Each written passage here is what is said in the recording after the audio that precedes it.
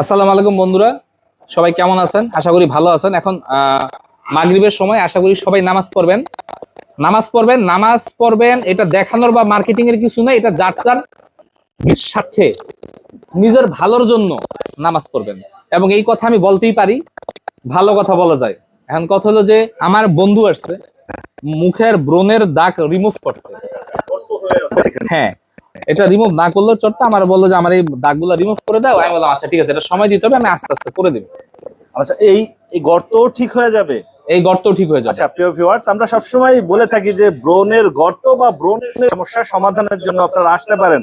আর আজকে একটা ভাই আসছে যে ব্রণের পরে গর্ত হয়ে আছে, এই গর্তটাই ঠিক হবে। ভাই কতবার আসতে হবে? এটা 6 থেকে 8টা সেশন বেসিক।